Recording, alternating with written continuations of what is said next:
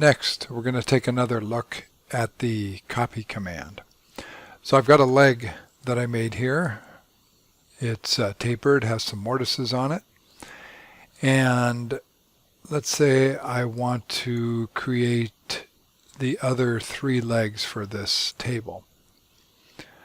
So I'm going to first, let's make it a component. So I've selected all the parts, make component, I'll call it leg.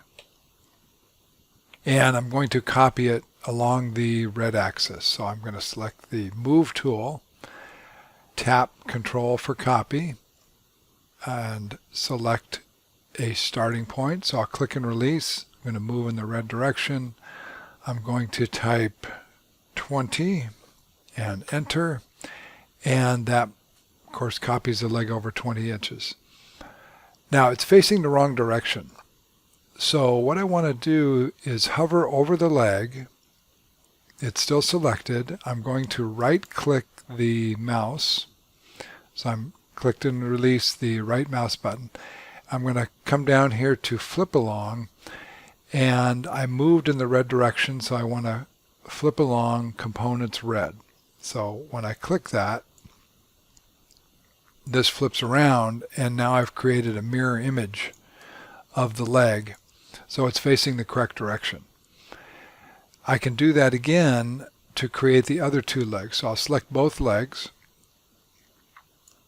I'm going to go to the move tool, tap Control for copy. As before, I'll click and release there. I'll come out this way, say 15 inches, type 15 and enter.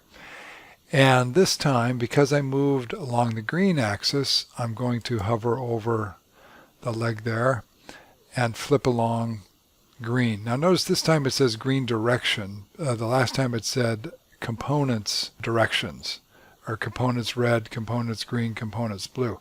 The difference is I have 2 items selected now, and because their individual axes might not be facing the same direction, it gives me slightly different options here. Because I moved in the green direction, I want to flip along that direction, so I'm going to click, and you can see I now have my 4 legs all oriented correctly.